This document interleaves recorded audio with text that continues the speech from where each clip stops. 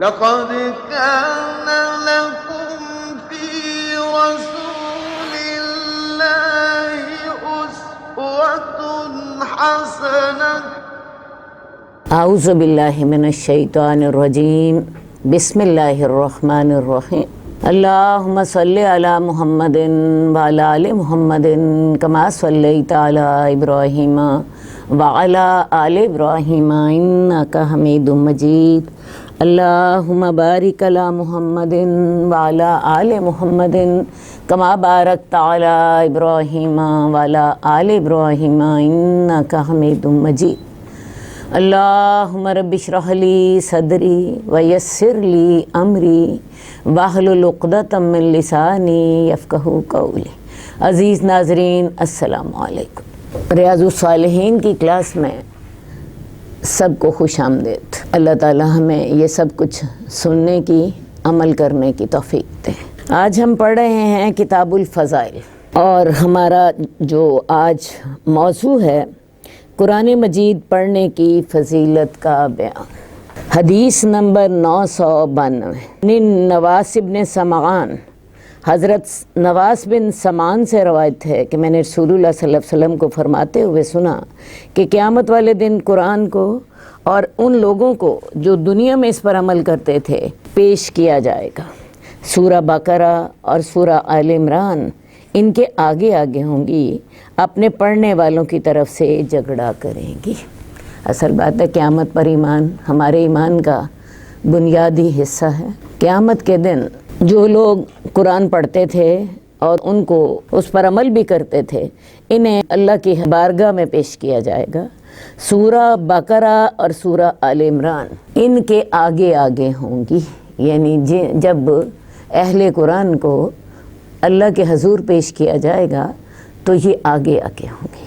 اصل میں یہ دونوں قرآن مجید کی بہت اہم صورتیں ہیں۔ آپ کو پتہ ہے سورہ بقرہ قرآن مجید کی پہلی صورت ہے اور سورہ آل عمران اس کے بعد۔ ان دونوں کو حدیث میں الزہراوین کہا گیا ہے، دو چمکنے والی صورتیں، ٹھیک ہے۔ تو یہ آگے آگے ہوں گی، اور قرآن پڑھنے والے اور اس پر عمل کرنے والے ان کے پیچھے ہوں گے۔ یہ اپنے پڑھنے والوں کی سفارش کریں گی، ان کی طرف سے اللہ سے جھگڑا کریں گی اور ان کی سفارش قبول کی جائے گی۔ اصل بات ہے انسان نیک عمل کرتا ہے اور اسی لیے کرتا ہے کہ اللہ کے ہاں اس کا حساب کتاب آسان ہو جائے۔ انسان روزے رکھتا ہے، حدیث میں آتا ہے کہ قیامت والے دن روزہ بھی سفارش کرے گا، قرآن سفارش کرے گا اور ان کی سفارش قبول کی جائے گی۔ حدیث میں خاص طور پر آتا ہے کہ ایک 30 آیات والی صورت نے اپنے پڑھنے والے کی طرف سے سفارش کی اور اس کی بخشش کر دی گئی۔ یہ 30 آیات سورہ ملک کی ہیں۔ سورہ ملک کے بارے میں آتا ہے کہ رسول اللہ صلی اللہ علیہ وسلم اس کو رات کو سوتے وقت پڑھ کے سوتے تھے، سورہ سجدہ بھی اور سورہ ملک بھی، اور یہ خاص طور پر قبر کے عذاب سے بچاتی ہے۔ قیامت والے دن بھی یہ اپنے پڑھنے والے کی سفارش کرے گی۔ حدیث نمبر 993 حضرت عثمان بن عفان سے روایت ہے، رسول اللہ صلی اللہ علیہ وسلم نے فرمایا تم میں سے سب سے بہتر وہ شخص ہے جو قرآن سیکھے اور قرآن سکھائے۔ اللہ تعالیٰ کی یہ مہربانی ہے کہ اللہ تعالیٰ نے اس حدیث میں قرآن سیکھنے والے کو اور قرآن سکھانے والے کو دونوں کو ایک ہی درجہ دیا ہے۔ جو کوئی قرآن سیکھتا ہے یا قرآن سکھاتا ہے، دونوں کو ایک ہی طرح کا اجر ملتا ہے، اور اللہ تعالیٰ نے اس اجر میں سیکھنے والوں کا ذکر پہلے کیا، سکھانے والے کا ذکر بعد میں کیا، جس سے ہمیں ترغیب ملتی ہے کہ قرآن سیکھنا چاہیے۔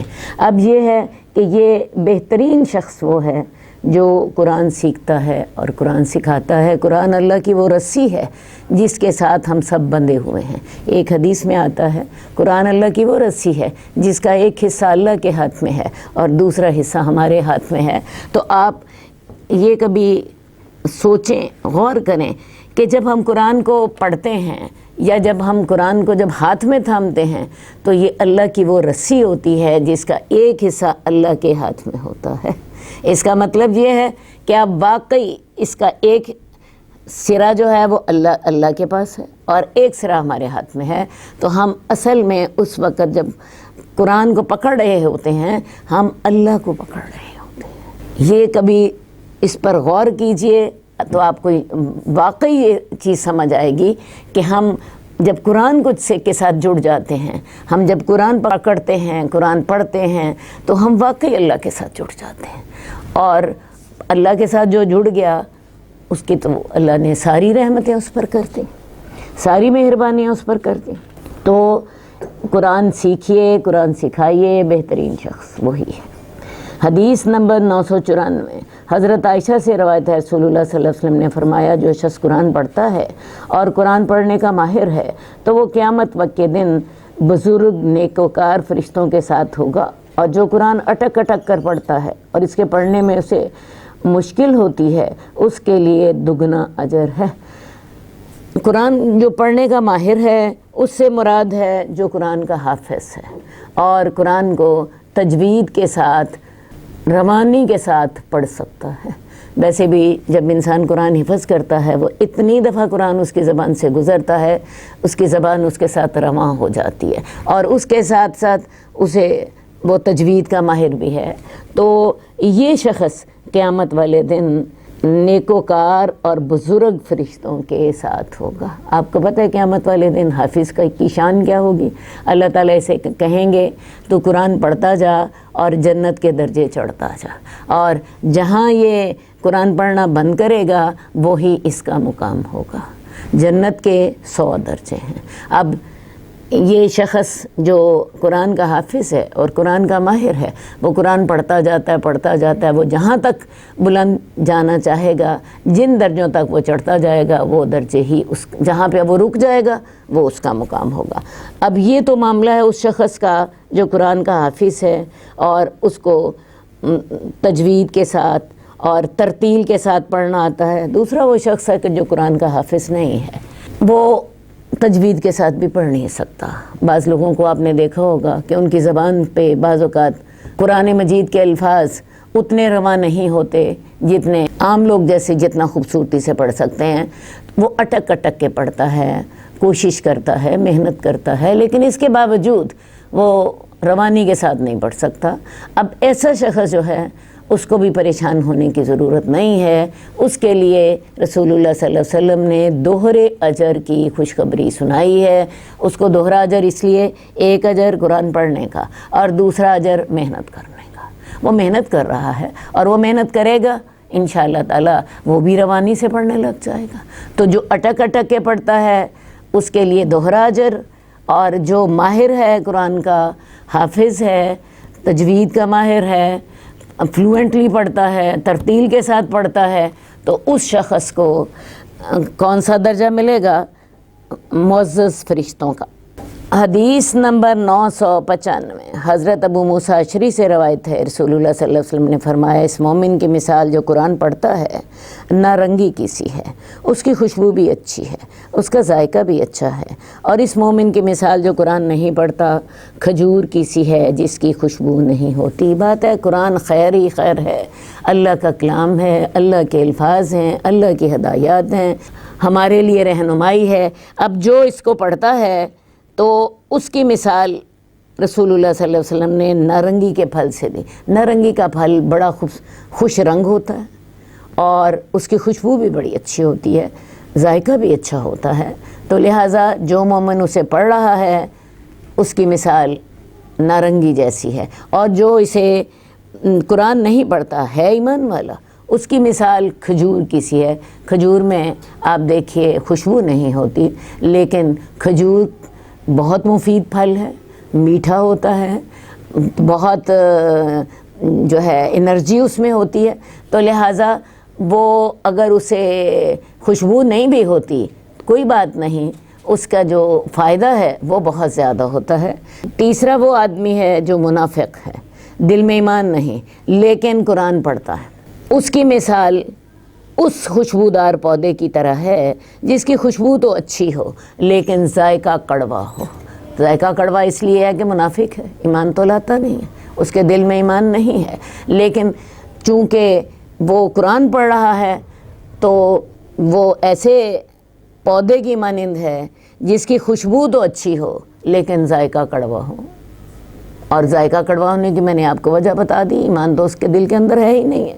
تو ظاہرہ طور پر قرآن کی وجہ سے وہ اس پھول کی طرح ہوا جس کی کم از کم خوشبو ہوتی ہے. اور اس منافق کی مثال جو قرآن بھی نہیں پڑھتا، اس کی مثال اندرائن کی طرح ہے. اندرائن ایک پھل ہوتا ہے کڑوا، اس کی بدبو ہوتی ہے اور ذائقہ بھی کڑوا ہوتا ہے. تو ایسے منافق کی مثال جس کے اندر ایمان بھی نہیں اور قرآن بھی نہیں پڑھتا، تو اس کی مثال اندرائن کی طرح ہے جس میں خوشبو بھی نہیں ہوتی اور اس کا ذائقہ کڑوا ہوتا ہے. تو اصل بات ہے منافق جو قرآن پڑھتا ہے اس کی بھی مثال رسول اللہ صلی اللہ علیہ وسلم نے خوشبودار پودے کی طرح دی جس کا ذائقہ تو کڑوا ہے. تو وہ بھی منافق اگر اس قرآن میں غور کرنے لگ جائے، اس کو پڑھنے لگ جائے، تو اس کا ذائقہ بھی میٹھا ہو جائے گا، اس کے اندر بھی ایمان آ جائے گا. تو قرآن تو سراسر خیر ہی خیر ہے. حدیث نمبر 996 حضرت عمر بن خطاب سے روایت ہے، رسول اللہ صلی اللہ علیہ وسلم نے فرمایا اللہ تعالیٰ اس کتاب کی وجہ سے بہت سے لوگوں کو سرفراز فرمائے گا اور اسی کی وجہ سے دوسروں کو ذلیل کرے گا. جیسا کہ میں نے آپ کو پہلے بتایا، قرآن اللہ کی رسی ہے جس کا ایک سرا اللہ کے پاس ہے اور دوسرا سرا ہمارے پاس ہے. تو جو شخص اللہ کی کتاب پر عمل کرتا ہے، اس کو اپنا لاہیہ عمل بناتا ہے، تو اللہ تعالیٰ پھر اس کی وجہ سے لوگوں کو کامیابیاں عطا کرتے ہیں. یہ کامیابی دنیا میں بھی ہوتی ہے اور یہ کامیابی آخرت میں بھی ہوتی ہے. آپ صحابہ کی مثال لے لیجئے. صحابہ نے جب اس قرآن کو تھاما، اس پر عمل کیا، تو پھر انہیں اللہ تعالیٰ نے کئی صدیوں تک مسلمانوں کو اللہ تعالیٰ نے اس دنیا کی میں بھی اقتدار دیا. صحابہ کو تو اللہ تعالیٰ نے صرف 23 سال کے عرصے میں، جبکہ رسول اللہ صلی اللہ علیہ وسلم کی وفات ہوئی تو اس وقت تک وہ عرب کے حاکم بن چکے تھے. تو اس کے بعد حضرت عمر کے دور میں آدھی دنیا اسلام کے جھنڈے تلے آ چکی تھی. تو ان کی یہ ساری بلندی قرآن ہی کی وجہ سے تھی. تو اللہ تعالیٰ قرآن کی وجہ سے بہت سے لوگوں کو بلندی عطا کرتا ہے اور بہت سے لوگ اس کی وجہ سے ذلیل ہوتے ہیں. ذلیل کیسے ہوتے ہیں؟ جو لوگ قرآن پر عمل نہیں کرتے وہ ذلیل ہو جاتے ہیں. اب کیسر و کسریٰ کی جو سلطنتیں تھیں جو کہ اپنے وقت میں بڑی شاندار تھیں، مسلمانوں نے قرآن پر عمل کیا اور ان کو ذلیل و خوار کر کے رکھ دیا. وہ باقی ان کا نام و نشان تک باقی نہ رہا. تو جب انسان قرآن پر عمل کرتا ہے، اللہ تعالیٰ اس کو برکتیں، رحمتیں دنیا میں بھی اور آخرت میں بھی عطا فرماتے ہیں. اور جب انسان نہیں عمل کرتا وہ ذلیل و خوار ہوتا ہے. آج کل کے دور میں دیکھیے، جب ہم یہ صحابہ کی مثالیں دیتے ہیں تو لوگ یہ کہتے ہیں کہ وہ 1400 سال پہلے کی بات تھی. آج کے دور میں اللہ تعالیٰ نے ہمیں اپنی آنکھوں سے دکھایا ہے. ہمارے ہمسائے افغانستان میں ہماری آنکھوں کے سامنے ان لوگوں نے اللہ کا دامن پکڑ لیا، قرآن پر عمل کیا، تو انہوں نے دنیا کی سب سے بڑی طاقت کو، جس کے پاس سب سے زیادہ وسائل تھے، اپنی بے سر و سامانی کے باوجود ان کو اپنے ملک سے نکال باہر کیا. یہ آج کے دور کی بات ہے اور ہماری آنکھوں کے سامنے کی بات ہے. آج آپ قرآن کو پکڑ لیں، اس پر عمل کریں، تو آج بھی کامیابیاں آپ کے ہم رکاب ہوں گی. اور جب ہم نے قرآن کو چھوڑ دیا، ہم نے سے مراد امت مسلمہ نے، جب تک قرآن کو اس نے پکڑے رکھا، دنیا کا اقتدار اور دنیا میں عزت اور دنیا میں سرفرازی اس کے ساتھ رہی. لیکن جب اس نے چھوڑ دیا تو پھر ذلتیں تھیں. اور میں نے اسی لیے آج آپ کو طالبان کی مثال دی ہے کہ انہوں نے اپنی بے سر و سامانی کے باوجود جب قرآن کو تھاما تو اللہ تعالیٰ نے ان کو اس حال میں فتح عطا فرمائی کہ ان کے پاس ایک ہیلی کاپٹر بھی نہیں تھا. تو آج بھی قرآن کو تھام لیجئے سچے دل کے ساتھ، اس پہ عمل کیجئے، اللہ تعالیٰ آج بھی ہمیں رفتیں عطا فرمائے گا. حدیث نمبر 997 عبداللہ بن عمر سے روایت ہے، رسول اللہ صلی اللہ علیہ وسلم نے فرمایا صرف 2 آدمیوں پر رشک کرنا جائز ہے. ایک وہ آدمی جسے اللہ نے قرآن عطا کیا، اور وہ اس کے ساتھ رات اور دن کی گھڑیوں میں قیام کرتا ہے، اور دوسرا وہ آدمی جسے اللہ تعالیٰ نے مال و دولت سے نوازا، وہ اسے اللہ کے راستے میں رات اور دن کی گھڑیوں میں خرچ کرتا ہے۔ یہ ہیں جی دو قابل رشک آدمی جنہیں ہمیں اپنا رول ماڈل بنانا چاہیے، جن جیسا بننے کی کوشش کرنی چاہیے۔ ایک وہ آدمی جس کو اللہ تعالیٰ نے قرآن عطا کیا، قرآن عطا کرنے سے کیا مراد ہے؟ قرآن کا علم عطا کیا، یا اس کو قرآن حفظ کرنے کی توفیق دے دی، تو وہ رات کو قیام بھی کرتا ہے، تہجد پڑھتا ہے، اور اس تہجد میں قرآن پڑھتا ہے، لوگوں کو سکھاتا ہے، خود بھی اس سے خود بھی عمل کرتا ہے اور خود بھی فائدہ اٹھاتا ہے، بلکہ ایک حدیث میں آئے کہ اس کے مطابق لوگوں کے فیصلے بھی کرتا ہے قرآن کی ہدایت کے مطابق۔ تو یہ شخص بہترین آدمی ہے، یہ شخص قابل رشک آدمی ہے، اس پہ رشک کیا جانا چاہیے، اپنی نسلوں کو اس جیسا بنانے کی کوشش کرنی چاہیے، اس کے مرتبے کو پہنچنے کی کوشش کرنی چاہیے، اولاد کی تربیت میں اس چیز کو فوکس کرنا چاہیے۔ یہ ہے وہ قابل رشک آدمی۔ نمبر 2، وہ آدمی جو مالدار ہو اور اللہ تعالیٰ نے اس کو اپنے رستے میں مال خرچ کرنے کی توفیق عطا کی ہو۔ ہم لوگ مال اپنی دنیا کے لیے خرچ کرتے ہیں، گھر شاندار بنا لیا، لائف سٹائل بہتر کر لیا، کپڑے برانڈڈ پہن لیے اور ان چیزوں پہ اپنا مال خرچ کر دیا، لیکن اللہ تعالیٰ نے یہاں پہ اس مالدار کو کہا ہے جس نے اپنا مال اللہ کے راستے میں خرچ کیا، بلکہ حدیث میں کے لفظ ہیں وَسَلَّتَهُ عَلَىٰ حَلَقَتِهِ، اس مال کو لٹانے پر کی اس کو توفیق دے دی۔ تو اللہ کے راستے میں تو مال کو لٹائیے اور دنیا کے راستے میں کفایت سے خرچ کریں۔ قرآن مجید میں اللہ تعالیٰ نے جو عباد الرحمن کی صفات بتائی ہیں، تو اس میں بتایا ہے کہ جو اللہ کے بندے ہوتے ہیں وہ نہ تو فضول خرچی کرتے ہیں اور نہ ہی وہ بخل کرتے ہیں، نہ کنجوسی کرتے ہیں، وَكَانَ بَيْنَ ذَلِكَ قَوَامًا، ان دونوں کے درمیان رستہ اختیار کرتے ہیں۔ لیکن جب بات آئی اللہ کے راستے میں خرچ کرنے کی، تو وہاں حدیث کے الفاظ ہیں وَسَلَّتَهُ عَلَىٰ حَلَقَتِهِ، اسے اڑانے پر کی اس کو توفیق دے دی۔ ہمارا حال بالکل الٹا ہے۔ اللہ کے راستے میں جب ہم خرچ کرنے لگتے ہیں تو گن گن کر ایک ایک پائی، اور جب دنیا کے راستے میں خرچ کرتے ہیں تو ہم کبھی بھی ہماری سمجھے ضرورت پوری نہیں ہوتی۔ مثال کے طور پہ شادی ہو، ہم نے اس کے لیے بجٹ رکھا ہوا جی 20 لاکھ کا، 20 لاکھ خرچ ہو جاتے ہیں، ہمارا دل چاہ رہا ہوتا ہے کہ ابھی تو کئی خرچے باقی ہیں، ابھی تو مجھے 5 لاکھ کی اور ضرورت ہے، اور وہ 20 سے 25 اور 25 سے 30 تک چلا جاتا ہے، اس سے بھی زیادہ چلا جاتا ہے۔ لیکن اللہ کے راستے میں خرچ کرنے کے لیے ہمارا دل بہت تنگ ہوتا ہے، وہ ہم گن گن کر خرچ کرتے ہیں۔ 25 لاکھ خرچ کر دیے شادی پہ، اس وقت اگر کہا جائے جی صدقہ کر دو، صدقہ کرتے وقت مشکل سے 25,000 بھی کسی کے نکل آئیں تو بڑی بات۔ لیکن یہاں پہ اس مالدار کو قابل رشک قرار دیا گیا جو اپنا مال اللہ کے راستے میں لٹاتا ہے اور دنیا کے لیے مناسب خرچ کرتا ہے، کیونکہ ظاہر ہے دنیا میں رہنا ہے، ہماری ضرورتیں ہیں، ہم نے کھانا ہے، پینا ہے، گھر بنانا ہے، تو یہ چیزیں جو ہیں ہم اس کے بغیر ہمارا گزارا نہیں ہوتا۔ اپنے مال کو اللہ کی نعمت سمجھتے ہوئے اپنی دنیا میں بھی خرچ کریں، اور اسے کوشش کریں کہ اللہ آپ کو توفیق دے کہ آپ اللہ کے راستے میں مال کھلے دل کے ساتھ خرچ کریں۔ تو یہ 2 آدمی جو ہیں یہ قابل رشک ہیں۔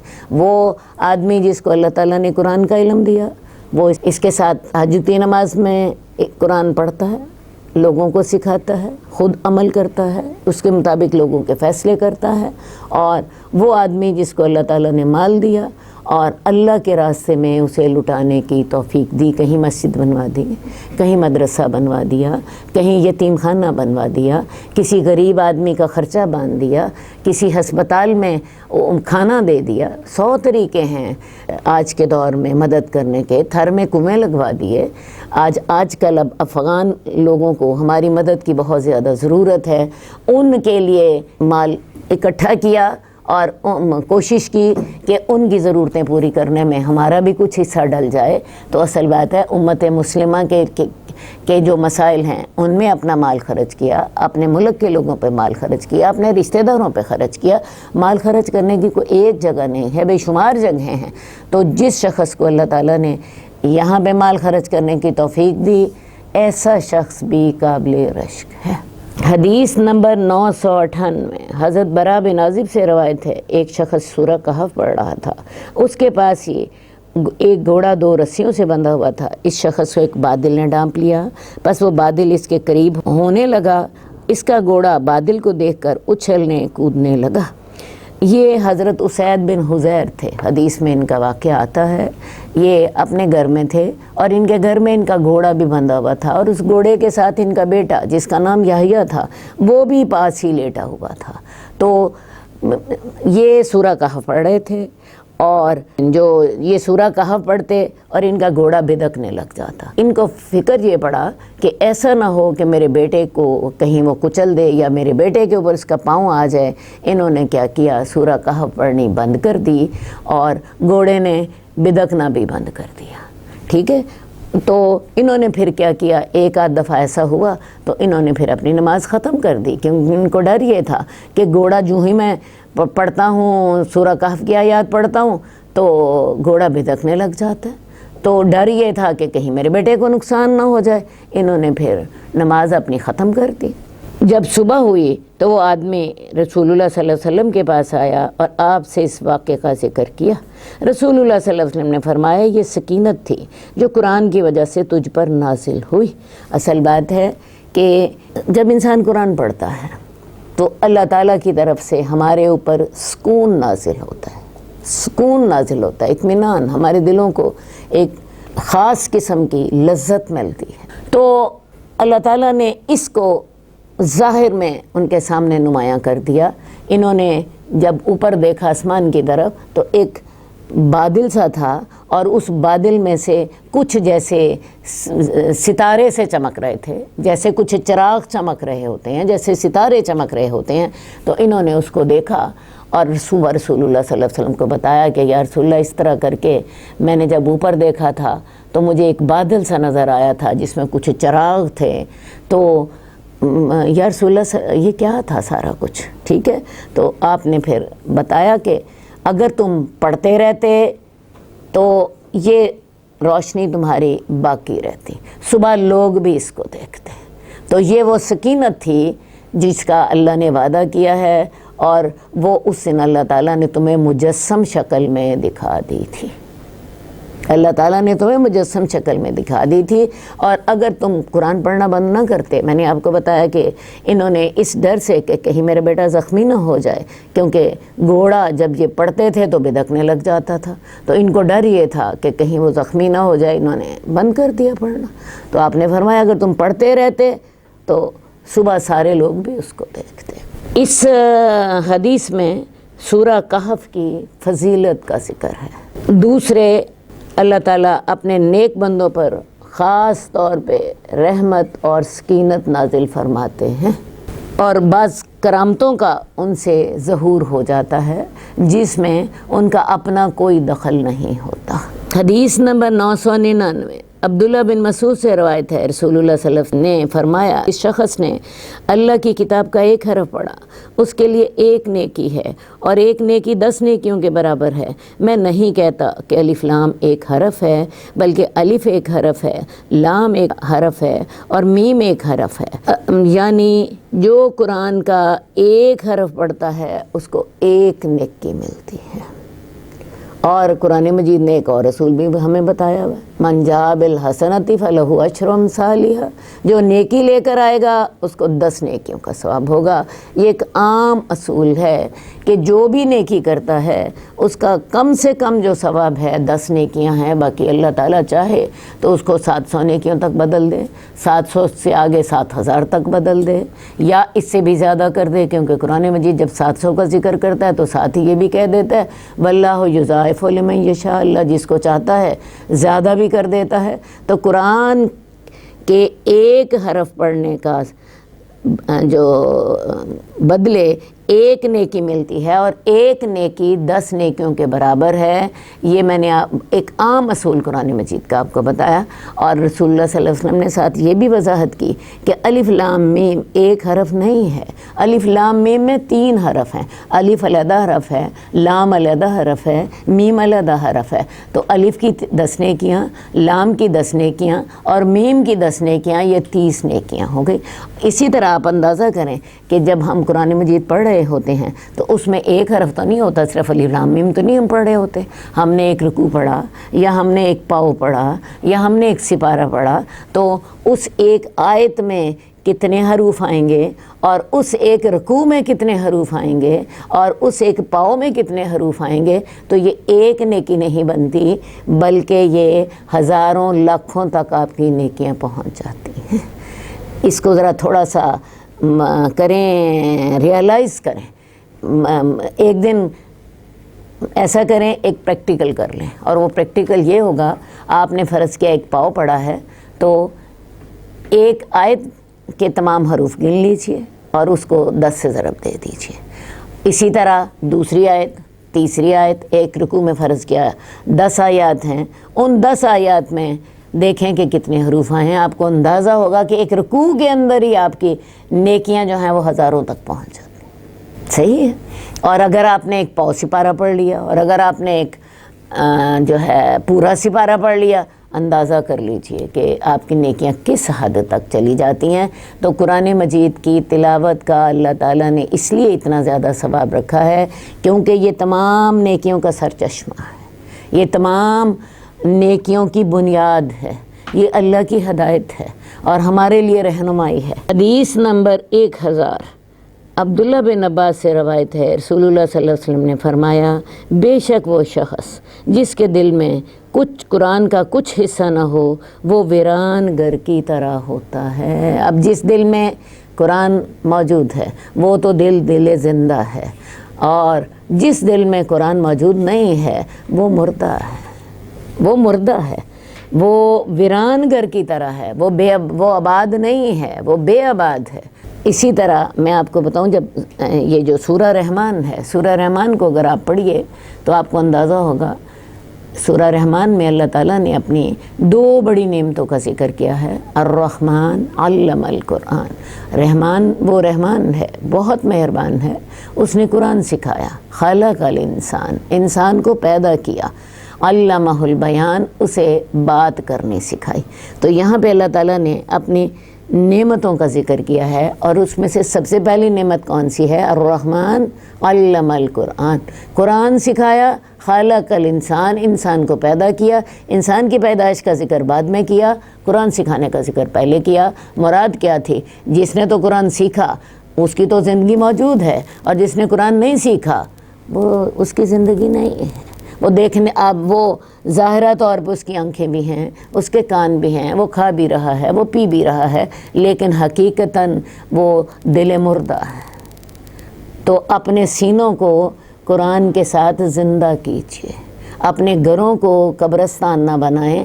جس گھر میں قرآن پڑھا جاتا ہے وہ گھر آباد ہوتا ہے، اور جس دل میں قرآن محفوظ ہے وہ دل زندہ ہے۔ تو قرآن کا کچھ نہ کچھ حصہ ضرور حفظ کریں، ضرور یاد کریں، تاکہ آپ کے دل میں قرآن موجود ہو اور آپ کا دل ایک زندہ دل ہو۔ ویسے بھی جب ہم نے نماز پڑھنی ہے تو نماز میں قرآن کی ہم نے تلاوت کرنی ہوتی ہے۔ قیام میں عام طور پہ لوگوں کا طریقہ یہ ہے کہ اس میں لوگ قل هو اللہ احد پڑھتے ہیں ایک مشین کی طرح۔ تو قرآن نماز کو خشوع و خضوع سے پڑھنے کے لیے لازمی ہے کہ آپ صورتیں بدل بدل کر پڑھیں، اور صورتیں جو ہیں ان کو سمجھ کر ان کا ترجمہ اپنے سامنے رکھ کر پڑھیں، آپ کی توجہ نماز کے اندر رہے گی۔ تو ان نماز کے لیے بھی ہمیں قرآن کا کچھ حصہ ضرور حفظ کرنا ہے تاکہ ہمارا دل زندہ رہے۔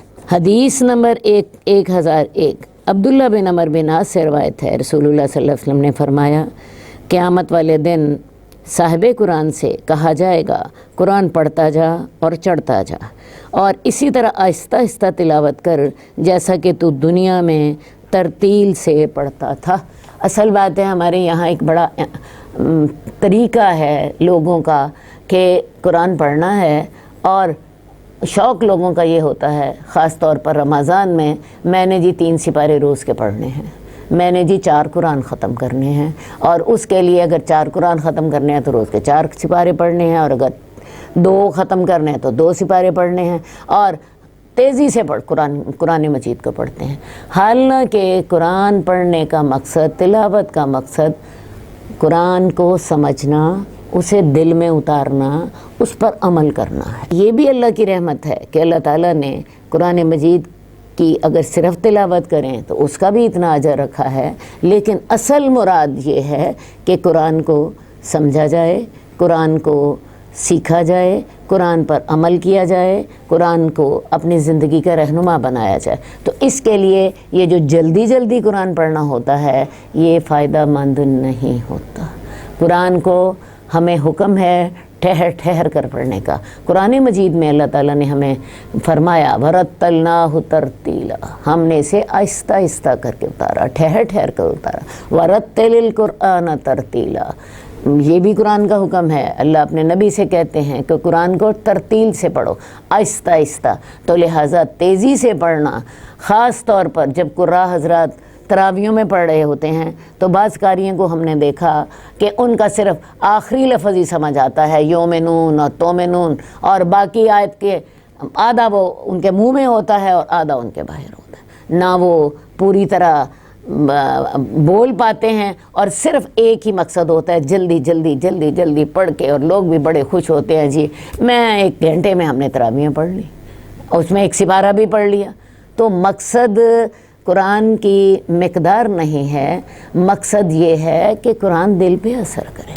تو اس لیے اس کو جب بھی پڑھنا ہے ترتیل کے ساتھ پڑھیں، آہستہ آہستہ ٹھہر کے، اس کا ایک حرف واضح ہونا چاہیے، اس کے اعراب واضح ہونے چاہیے، اس کی صفات واضح ہونی چاہیے، کون سا لفظ آپ نے موٹا کر کے پڑھنا ہے، کون سا لفظ آپ نے باریک پڑھنا ہے، کس کا اخفا کرنا ہے، کس کا اظہار کرنا ہے۔ تو یہ تمام چیزیں جو ہیں یہ تجوید کے جو قاعدے ہیں، یا اس کو ہم موٹے انداز سے ترتیل کہہ دیتے ہیں، آہستہ آہستہ پڑھنا اس کے ساتھ ہی ممکن ہے۔ اتنی تیزی سے جب قرآن مجید کو پڑھیں تو انسان تلاوت صحیح طرح نہیں کرتا، بلکہ بعض اوقات گناہ گار بھی ہو رہا ہوتا ہے۔ تو قیامت والے دن قرآن پڑھنے والے سے کہا جائے گا تو آہستہ آہستہ تلاوت کر، جیسے کہ دنیا میں تو آہستہ آہستہ پڑھتا تھا، تو تیرا مقام وہ ہوگا جہاں تیری آخری آیت کی تلاوت ختم ہوگی۔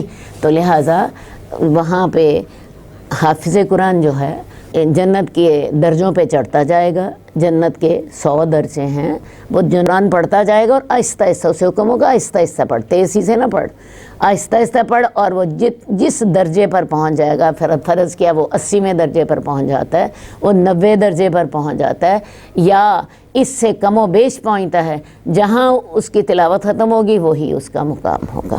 یہ اللہ تعالیٰ نے اس کا اجر رکھا ہے۔ وہ جس کو جتنا قرآن یاد ہوگا اسی کے حساب سے وہ جنت کے درجات پہ فائز ہوتا چلا جائے گا۔ تو اس میں قرآن کی تلاوت اور اس کے حفظ کرنے کی ترغیب ہے، تاکہ وہ جنت میں حفظ قرآن کی بدولت زیادہ سے زیادہ بلند درجات حاصل کر سکے۔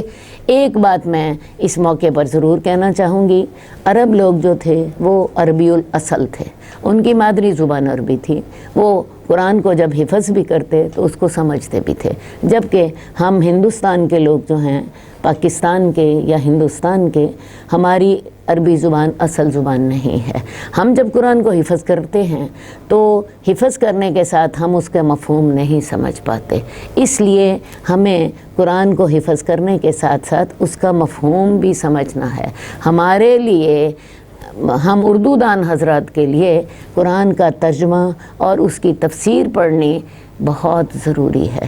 حفظ کا مرتبہ اپنی جگہ پر، لیکن اگر اس حفظ کا مطلب ہی سمجھ نہ آیا، صرف آپ نے اس کو ایک نیکی سمجھ کر لیا، تو میں آپ کو بتاؤں یہ محنت تو آپ کی بہت زیادہ ہوگی، لیکن اس کا جو اصل مقصد تھا ہدایت حاصل کرنے کا، وہ رہ جائے گا۔ تو لہٰذا یہ کوشش کیجئے کہ جو لوگ اپنے بچوں کو حفظ کرا رہے ہیں وہ لازماً اپنے بچوں کو قرآن کا مفہوم بھی سمجھانے کے لیے کوشش کریں، تاکہ جب وہ قرآن کی آیات پڑھیں تو ان کو اس کا مطلب بھی سمجھ آئے اور ان کے دل پر بھی اثر ہو، اور تاکہ وہ اس پر عمل بھی کر سکیں۔ اب ہمارا نیا موضوع شروع ہو رہا ہے، اور یہ موضوع ہے قرآن کریم کی دیکھ بھال کرنے کا حکم اور اس کو بھلا دینے سے ڈرانے کا بیان۔ الفاظ ہیں باب الامر بتأخذ القرآن، قرآن کو کا خیال رکھنے کا حکم۔ تأخذ کا مطلب ہوتا ہے خبر گیری کرنا، دھیان کرنا، بے پرواہی نہ کرنا۔ تو قرآن مجید اگر حفظ کیا ہے تو اس کا خیال رکھیے، اسے بار بار دہراتے رہیے، اس سے غفلت نہ برتیے، اور اس کو بلا دینے سے ڈرانے کا بیان۔ حدیث نمبر 1002 حضرت ابو موسیٰ اشعری سے روایت ہے، رسول اللہ صلی اللہ علیہ وسلم نے فرمایا قرآن کی حفاظت کرو۔ حفاظت کرنے سے کیا مراد ہے؟ اسے پڑھتے رہا کرو، اسے دہراتے رہا کرو۔ قسم ہے اس ذات کی جس کے ہاتھ میں محمد کی جان ہے، قرآن سینوں سے نکل جانے میں اس اونٹ سے زیادہ تیز ہے جو کہ رسی میں بندھا ہو اور اسے کھول کر بھاگ نکلنے والا ہو۔ تو قرآن اگر اللہ نے آپ کو توفیق دی ہے حفظ کرنے کی، کچھ اس کا حصہ یا پورا قرآن، تو پھر اگلا معاملہ کیا ہے؟ آپ اس کی حفاظت کریں۔ حفاظت کرنے سے کیا مراد ہے؟ اس کو یاد کرتے رہیں، کیونکہ قرآن بڑی جلدی بھول جاتا ہے۔ یہ آپ لوگوں کو تجربہ بھی ہوگا جنہوں نے حفظ کیا ہوا ہے، اگر اس کو نہ دہرائیں تو یہ بھول جاتا ہے۔ اسی لیے جو قرآن حفظ کرنے والے بچے ہوتے ہیں ان کے لیے ایک بڑی ٹیکنیکلی ان کو قرآن حفظ کرایا جاتا ہے۔ اس کا طریقہ کیا ہوتا ہے کہ جب بچہ ایک حفظ کرتا ہے، مثلاً اس نے ایک سپارہ حفظ کر لیا تو ساتھ ساتھ اس کی منزل سنی جاتی ہے۔ مثلاً اس نے ایک سپارہ حفظ کر لیا، روز کا آدھا سپارہ اس سے پچھلا سنا جاتا ہے۔ اس کے علاوہ اس کا جو روز کا سبق ہوتا ہے وہ تو اس کو سنانا ہی ہوتا ہے۔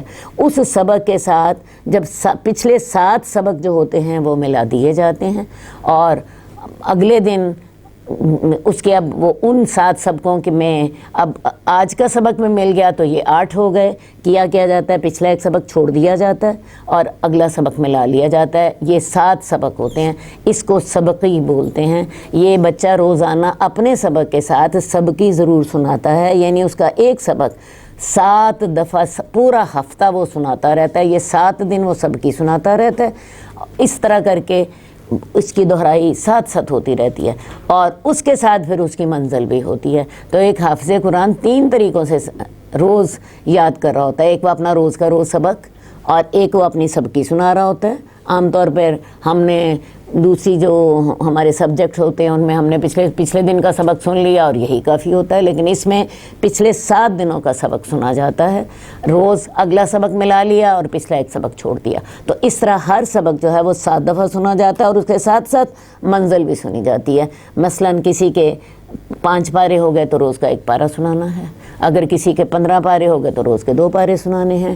اسی طرح جب قرآن پورا ختم ہو جاتا ہے تو پھر کیا کرتے ہیں استاد کہ روز کے 3 سپارے سنتے ہیں تاکہ جلد قرآن پورا نکال لیں، اور آخر میں جا کے تو بعض اوقات اساتذہ جو ہوتے ہیں روز کے 5 پارے سنتے ہیں، اور یہ وہ 5 پارے سن کے ایک ہفتے میں قرآن نکالتے ہیں، پھر اس کی دہرائیاں کراتے ہیں۔ تو یہ ایک بڑا سسٹمیٹک طریقے کے ساتھ قرآن حفظ ہو رہا ہوتا ہے۔ یہ قرآن اتنا آسان نہیں ہوتا، حفظ کرنے والے بچے کو حقیقتاً بڑی محنت کرنی پڑتی ہے۔ تو لیکن اس کا فائدہ یہ ہوتا ہے کہ اتنا زیادہ دہرانے کے ساتھ قرآن جو ہے پھر وہ یاد ہو جاتا ہے۔ لیکن یہ نہ سمجھیے ایک دفعہ اتنی محنت کر لی قرآن یاد ہو گیا اور وہ فورا ایور یاد رہے گا، نہ بھائی، ہوتا کیا ہے یہ اس وقت یاد ہوا، اس کو مسلسل محنت کرنی ہے ساری عمر، ورنہ یہ پھر بھول جائے گا۔ اور اس کے لیے ایک طریقہ تو یہ ہے کہ حفاظ کو تہجد ضرور پڑھنی چاہیے۔ تہجد میں روز کا 1 سپارہ اپنا منزل اپنی رکھیں، اور اس طرح ان کی دہرائی ہوتی رہے۔ اور ایک اور پریکٹیکل طریقہ یہ ہے کہ رمضان میں حافظ لوگ تراویح ضرور پڑھائیں، ایک دفعہ اپنا قرآن مجید تراویح میں ضرور سنائیں، اسی بہانے ان کی دہرائی جو ہے رمضان میں ہوگی، اور اس پر بھی خاصی محنت لگ جاتی ہے۔ تو حقیقت میں آپ کو بتاؤں، قرآن یاد کرنا بھی مشکل ہے، لیکن قرآن کو یاد رکھنا اس سے کہیں زیادہ مشکل ہے۔ اس کو ہم لوگ کہتے ہیں قرآن کا ضبط۔ قرآن حفظ کرنا اور پھر اس پر ضبط رکھنا، یہ حفظ کرنے سے بھی زیادہ مشکل ہے۔ اللہ تعالیٰ نے اسی لیے تو اس کا درجہ اتنا بڑا رکھا ہے کہ قیامت والے دن اللہ تعالیٰ حافظ کو کہیں گے تو قرآن پڑھتا جا، جتنا اس کو یاد ہوگا اس وقت بھی مسئلہ ضبط کا ہی ہوگا، اس کو یاد کتنا ہے، جتنا اس کا یاد ہوگا اتنا ہی اس کا جنت میں درجہ ہوگا۔ تو لہٰذا یہ حفظ کے ساتھ ساتھ یہ ذمہ داری آپ یوں سمجھ لیجئے ساری عمر کی ہے۔ تو رسول اللہ صلی اللہ علیہ وسلم نے فرمایا اس قرآن کی حفاظت کرو، اس ذات کی قسم جس کے ہاتھ میں محمد کی جان ہے، یہ سینوں سے نکل جانے میں اس اونٹ سے زیادہ تیز ہے جو رسی میں بندھا ہوتا ہے اور اسے کھول کر بھاگ نکلتا ہے۔ تو لہٰذا قرآن کی یہ ساری عمر کی جو ذمہ داری ہے یہ اللہ تعالیٰ نے حافظ پر ڈالی ہے، اسی بہانے وہ قرآن کو پڑھتا رہتا ہے ساری عمر کے لیے۔ حدیث نمبر 1004 حضرت ابو ہریرہ کی سے روایت ہے کہ میں نے رسول اللہ صلی اللہ علیہ وسلم کو فرماتے ہوئے سنا، اللہ تعالیٰ کسی چیز کے لیے اس طرح کان نہیں لگاتا جس طرح وہ اس خوش آواز پیغمبر کے لیے کان لگاتا ہے جو قرآن کو خوبصورتی کے ساتھ اونچی آواز سے پڑھتا ہے۔ اب قرآن اللہ کا کلام ہے اور قرآن انتہائی خوبصورت اور انتہائی پر اثر ہے۔ آپ دیکھ لیجئے ہم قرآن کو سمجھ نہیں رہے ہوتے، اس کے باوجود قرآن ہمارے دلوں پہ اثر کرتا ہے۔ یہ ہے قرآن کی تاثیر کہ ہم قرآن کو سمجھ بھی نہیں رہے ہوتے۔ ظاہر ہے عربی ہماری مادری زبان نہیں ہے، ہاں، اس کے باوجود قرآن ہمارے دل پہ اثر کر رہا ہوتا ہے، ہمیں جو ہے اللہ کے ساتھ تعلق محسوس ہو رہا ہوتا ہے۔ تو اللہ تعالیٰ جو ہیں اس قرآن کو پڑھنے کے لیے اللہ تعالیٰ نے حکم دیا اسے خوش الحانی کے ساتھ پڑھا کرو، خوبصورتی کے ساتھ پڑھا کرو۔ پیچھے آپ نے پڑھا تھا ترتیل کے ساتھ پڑھو، اس کو جس کی آواز اچھی ہو اور وہ تجوید کے ساتھ اس کو پڑھ رہا ہے اور خوبصورتی سے پڑھ رہا ہے، تو اللہ تعالیٰ کسی چیز کے لیے اس طرح کان نہیں لگاتے جس طرح وہ اس اچھی آواز والے پیغمبر کے لیے کان لگاتے ہیں جو قرآن کو غنا کے ساتھ اونچی آواز سے پڑھتا ہے۔ تو لہٰذا اللہ تعالیٰ جب کوئی پیغمبر بڑی خوبصورت تلاوت کرتے ہیں تو اللہ تعالیٰ ان کی تلاوت کو بڑے غور سے سنتے ہیں۔ آپ کو پتہ ہے حضرت داؤد جو ہیں وہ اللہ کی حمد کرتے تھے اور بڑی اللہ تعالیٰ نے انہیں اچھی آواز دی ہوئی تھی، ان کے ساتھ پرندے بھی، پہاڑ بھی، سارے ان کے ساتھ مل جاتے تھے اور ایک سما بن جاتا تھا۔ تو اللہ تعالیٰ جو ہیں انہوں نے اس چیز کی، اللہ تعالیٰ ایسے پیغمبر کی جو وہ جب وہ پڑھ رہا ہوتا ہے تو بڑی غور کے ساتھ اس کی تلاوت کو سنتے ہیں۔ اللہ تعالیٰ نے اپنے بندوں میں سے بھی بعض لوگوں کو یہ توفیق دی ہوتی ہے کہ وہ خوبصورت پڑھتے ہیں۔ رسول اللہ صلی اللہ علیہ وسلم کے جو صحابہ تھے ان میں حضرت عبداللہ بن مسعود بڑا خوبصورت قرآن پڑھنے والے تھے، حضرت ابی بن کعب بڑا خوبصورت قرآن پڑھنے والے تھے، حضرت ابو موسیٰ اشعری بڑا خوبصورت قرآن پڑھنے والے تھے، اور رسول اللہ صلی اللہ علیہ وسلم نے حضرت ابو موسیٰ اشعری کو کہا تھا کہ تمہیں حضرت داؤد ہی کے حصے میں سے تمہیں ایک خوبصورت آواز دی گئی ہے، تمہیں اس کے سروں میں سے ایک بڑا اچھا سر دیا گیا ہے۔ اللہ کے رسول خود بڑا خوبصورت قرآن مجید پڑھتے تھے اور صحابہ کو بھی ترغیب دیتے تھے کہ قرآن مجید کو اچھی آواز سے پڑھو۔ اس کی وجہ یہ ہے کہ جب قرآن مجید اچھی آواز سے پڑھا جا رہا ہوتا ہے، خوبصورت طریقے سے دل اس کی طرف کھنچتے ہیں اور دل اس کی طرف کھنچتے ہیں، ہدایت دل میں اترتی چلی جاتی ہے۔ لیکن میں نے آپ کو پھر کہا بعض اوقات ہمیں قرآن کی خوبصورتی کا وہ اندازہ نہیں ہو پاتا جو کہ ہونا چاہیے، اس کی بہت بڑی وجہ یہ ہے کہ ہم عربی نہیں جانتے ہوتے، اس کے معنی اور مفہوم نہیں جانتے ہوتے۔ اگر ہم عربی جانتے ہوں، اس کے معنی اور مفہوم جانتے ہوں، یا کم از کم ہم نے قرآن مجید ترجمے سے اور تفسیر سے پڑھا ہو، تو میں آپ کو بتاؤں ساتھ کوئی اچھا قاری ہو پڑھنے والا، تو یوں لگتا ہے قرآن ہمارے دل پر اتر رہا۔ ہمیں جو قرآن کی خوبصورتی کا اتنا زیادہ احساس نہیں ہوتا، اس کی وجہ ایک ہی ہے کہ ہم قرآن کو سمجھ نہیں رہے ہوتے۔ باقی نہ سمجھنے کے باوجود بھی قرآن اپنا اثر دلوں پہ چھوڑتا ہے۔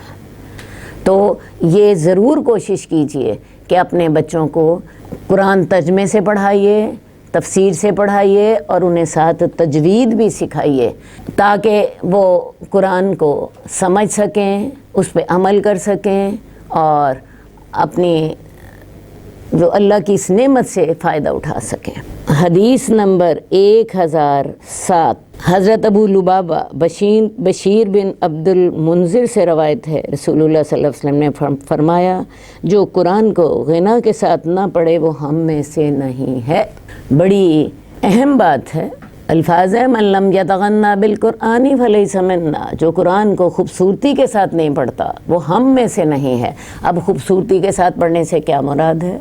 مراد یہ ہے قرآن کو انسان ایک تو پڑھے تجوید کے ساتھ، اسے تجوید کے بھی 3-4 موٹے سے قاعدے میں آپ کو بتا دوں۔ سب سے پہلا قاعدہ یہ ہے کہ قرآن کو اس کے صحیح اعراب کے ساتھ پڑھا جائے۔ نمبر 2، قرآن کو صحیح مخارج کے ساتھ پڑھا جائے۔ جہاں جہاں سے الفاظ نکالنے ہیں، الف اور عین میں فرق ہوتا ہے، تھا اور سین میں فرق ہوتا ہے، ان دونوں کی آوازیں ایک جیسی ہیں لیکن ان کے مخرج فرق ہیں، تو ان کو ان کے صحیح مخارج سے پڑھا جائے۔ اور ایک بات اور یاد رکھی جائے، قرآن مجید لکھ کر نازل نہیں ہوا، قرآن مجید بولنے کے ساتھ نازل ہوا ہے، اسی لیے قرآن کو قرآن کہتے ہیں۔ قرآن کا معنی ہوتا ہے پڑھی جانے والی چیز، تو قرآن بول کے نازل ہوا، قرآن لکھ کے نازل نہیں ہوا، اس لیے ہمارے بولنے کے اندر سین اور صاد کا فرق ہونا چاہیے، ہمارے بولنے کے اندر سین اور ثا کا فرق ہونا چاہیے۔ تو جو تجوید کے ساتھ پڑھنا ہے اس میں حروف کو ان کے صحیح مخارج سے ادا کیا جائے، ان کی صحیح صفات کے ساتھ ادا کیا جائے، اور جو ہے قرآن مجید کو آہستہ آہستہ پڑھا جائے۔ ترتیل کا ذکر میں پیچھے کر آئی ہوں، تو آہستہ آہستہ پڑھا جائے۔ اور اس کے علاوہ ایک اور جو تجوید کا قاعدہ ہے وہ یہ ہے، قرآن کو محبت کے ساتھ پڑھا جائے۔ یہ اللہ کا کلام ہے، اور ایک مسلمان کو اپنے رب سے سب سے زیادہ محبت ہوتی ہے، تو اس کو دل کی محبت کے ساتھ پڑھا جائے۔ ایک آدمی ہے، اس کی آواز خوبصورت نہیں ہے، ایک دوسرا آدمی ہے، اس کی آواز بڑی خوبصورت ہے، دونوں کو ہی چاہیے، جس کی آواز خوبصورت ہے وہ بھی اپنی تجوید کے ساتھ پڑھے، اور جس کی آواز خوبصورت نہیں ہے اس کو چاہیے کہ وہ دل کی محبت کے ساتھ کوشش کر کے اسے خوبصورت بنا کے پڑھے، آہستہ آہستہ ٹھہر کر، تجوید سیکھ کر، الفاظ کی ادائیگی صحیح کر کے۔ اور جو شخص قرآن کو خوبصورتی کے ساتھ نہیں پڑھتا وہ ہم میں سے نہیں ہے، کیا مراد ہے؟ وہ مسلمانوں میں سے نہیں۔ یہ حدیث آپ کو بتاتی ہے کہ قرآن کو تجوید کے ساتھ پڑھنا کتنا لازمی ہے۔ ہم دنیا کے اتنے علوم سیکھتے ہیں، آج کل یہ ٹی وی پر کتنے شوز ہو رہے ہوتے ہیں، کسی میں کھانے پکانے کی ریسیپی سکھائی گئی ہوتی ہیں، کسی میں آپ کو کسی اور کام کے ٹپس سکھائے جا رہے ہوتے ہیں۔ تو میں آپ کو بتاؤں، قرآن کو صحیح طرح پڑھنا سیکھیں۔ بہت سے لوگوں کا کہنا یہ ہوتا ہے، لو جی اب ہم اس بڑھاپے میں نہیں سیکھ سکتے، یا ہماری زبان موٹی ہو گئی ہم نہیں سیکھ سکتے۔ تو اس کے لیے رسول اللہ صلی اللہ علیہ وسلم کی خوشخبری ہم نے پہلے پڑھ چکے ہیں کہ جو قرآن کو اٹک اٹک کر پڑھتا ہے اس کے لیے دوہرا اجر ہے۔ تو قرآن کو سیکھنا ہے، خوبصورتی کے ساتھ پڑھنا، درست طریقے کے ساتھ پڑھنا، غنا کے ساتھ پڑھنا، اس کو خوبصورت بنا کے پڑھنا، محبت کے ساتھ پڑھنا۔ تو جو یہ کام نہیں کرتا فلیس منا، وہ یاد رکھے وہ اپنے نبی کی امت میں سے نہیں ہے، وہ ہم میں سے نہیں ہے۔ ہم سے مراد آپ خود سمجھ لیجئے۔ کیا مراد ہے؟ تو یہ ایسا عمل ہے جو ہر مسلمان کے لیے لازمی ہے۔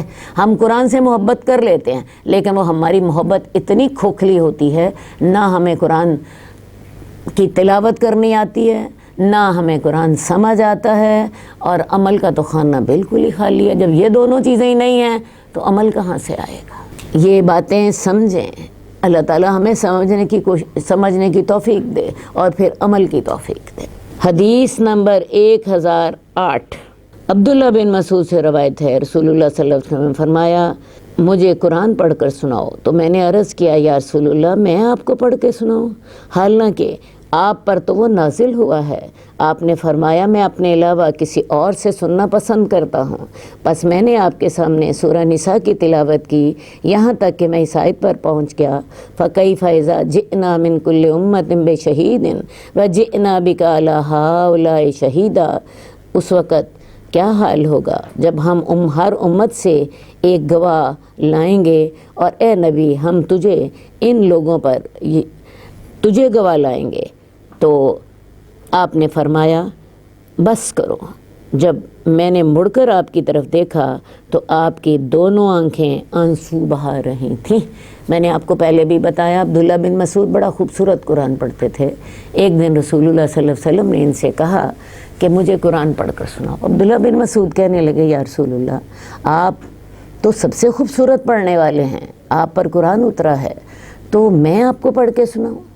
رسول اللہ صلی اللہ علیہ وسلم نے فرمایا کہ میں چاہتا ہوں کہ میں اپنے علاوہ کسی اور سے اسے سنوں۔ خیر جی، حضرت عبداللہ بن مسعود رضی اللہ تعالیٰ عنہ نے تلاوت شروع کر دی، سورہ نساء سے آغاز کیا، پڑھتے رہے، 6 رکوع پڑھ لیے، کافی دیر لگ گئی۔ تو جب یہ آیت آئی فَكَيْفَ إِذَا جِئْنَا مِن كُلِّ أُمَّةٍ بِشَهِيدٍ وَجِئْنَا بِكَ عَلَىٰ هَٰؤُلَاءِ شَهِيدًا کہ وہ وقت کیسا ہوگا جب ہم قیامت کے دن ہر امت میں سے گواہ لائیں گے، اور اے نبی ہم آپ کو ان لوگوں پر گواہ لائیں گے۔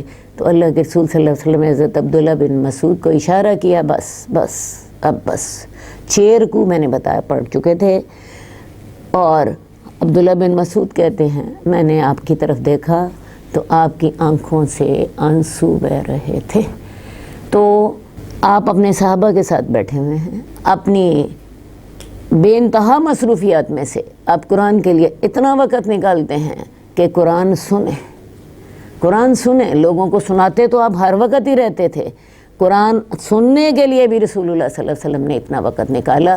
اور پھر اتنا وقت نکالنے کا فائدہ کیا تھا؟ قرآن دل پہ اثر کر رہا تھا، آپ کی آنکھیں آنسو بہا رہی تھیں۔ ایک اور واقعہ حدیث میں آتا ہے، ابی ابن کعب رضی اللہ تعالیٰ عنہ کو ایک دفعہ آپ نے کہا ابش مجھے اللہ نے حکم دیا ہے کہ میں تجھے قرآن سناؤں۔ وہ حیران ہو گئے، کہنے لگے کیا اللہ نے میرا نام لیا تھا؟ رسول اللہ صلی اللہ علیہ وسلم نے فرمایا ہاں۔ حضرت ابی ابن کعب یہ سن کر خوشی سے رونے لگ پڑے کہ میں اللہ تعالیٰ کو اس کی اتنی مخلوق میں سے میں یاد تھا ہیں، تو خوشی سے رونے لگ پڑے۔ بہرحال رسول اللہ صلی اللہ علیہ وسلم نے انہیں سورہ بینہ سنائی۔